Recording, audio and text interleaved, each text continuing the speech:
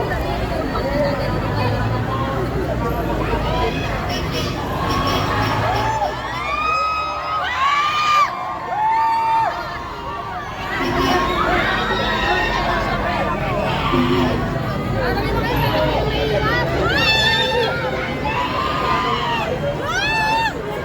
pa naman yung pinakamaluwag dito.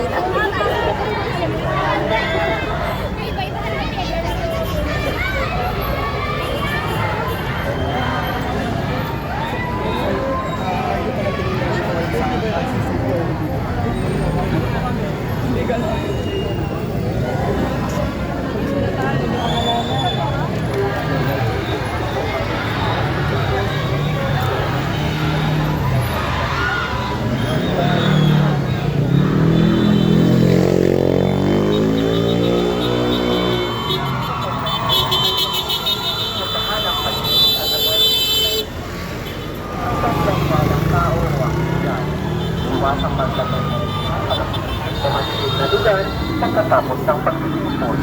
Ikalawa, siguraduhin ang seguridad ng personal na gamit.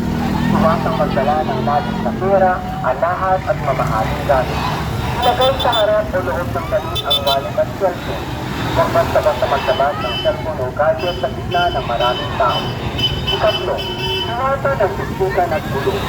Kung nagsisimula ng magkaroon ng kaguluhan, agad lumayo sa pinag-iulan. Tumingin ang listang sa lugar kung saan may presensya ng mga pulis o security personnel. Ika-apat, sumunod sa mga kaguluhin ng mga otoridad, masunod sa mga alinsunan at ng mga organizer. Huwag naman mo magpalisip kung ito kinakailangan para sa seguridad. Ika-lima, alamin ang mga emergency contact.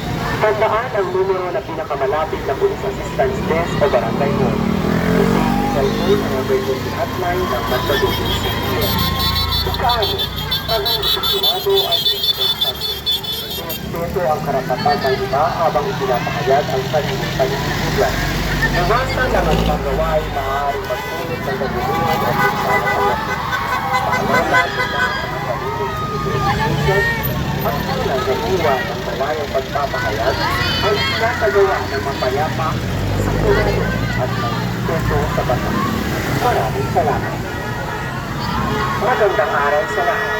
Natanggap mo ang pagkakita ng kaisan sa panahon ng radio pang matutong pagtitipon. Narito ang ilang paalala mula sa Mandaluyong Police Station sa pamumuno ni Police Colonel Raynald Batam. Una, maging mapagmatsyag at alerto. Obserbahan ang paligid at ulat sa mga pulis kung may kahina-hinalang tao o aktibidad.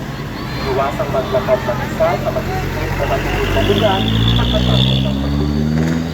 Ikalawa, siguraduhin ang seguridad ng personal na gamit. Iwasang magdala ng labis na pera, alahas at mamahaling gamit. Ilagay sa harap o loob ng damit ang wallet at cellphone. Huwag basta-basta maglabas ng cellphone o gadget sa gitna ng maraming tao. Ikatlo, iwasan ang bisukan at bulong. Kung nagsisimula ng magkaroon ng kaguluhan, agad lumayo sa pinagbubulan nito.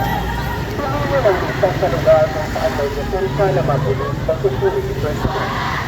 Ika-apat, sumunod sa mga tagubulin ng mga otoridad, pakinig sa mga alinso ng Mandaluyong City Press at ng mga organizer. Huwag naman mo magpa-instruction kung kinakailangan para sa seguridad. Ikalima, alamin ang mga emergency contact. Tandaan ang numero na pinakamalapit na police assistance desk o barangay hall. Cellphone ang emergency contact ng Mandaluyong. Ika-ano, sinado ang responsibility. Respeto ang karapatan ng iba habang pinapahayag ang sariling panindigan. Iwasan ang anumang gawain maaaring magsulot ng kaguluhan o pinsala. Magandang araw sa lahat.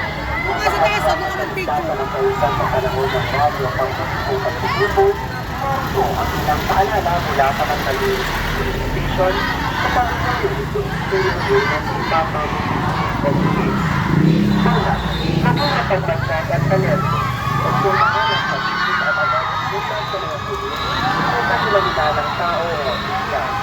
Iwasang maglakad ng isa sa masisikip o masisikip na lugar pagkatapos ng pagtitipon. Ikalawa, siguraduhin ang seguridad ng personal na gamit. Iwasang magdala ng pera, alahas at mamahaling gamit. Ilagay sa harap o loob ng damit ang wallet at cellphone. Huwag kang sa magdamag ng cellphone o wallet sa gitna ng maraming tao. Ikatlo, umasa ng siksikan at bulong. Kung nagsisimula ng magkaroon ng kabunuhan, hanggang tumayo ng siksikan. Ang ligtas na lugar kung saan may punta na mabulit o security personnel. Ika-apat, sumunod sa mga taguguloy ng mga otoridad. Masunod sa mga review ng mandaluyong ng Diyos at ng mga organizer. Huwag ko lang magpa-instruction kung kinakailangan para sa seguridad. Ika-lima, alamin ang mga local suporta. Pagdaan ang numero na pinakamalapit na pulis assistance o barangay hall. Ito sa cellphone ang emergency hotline ng mandaluyong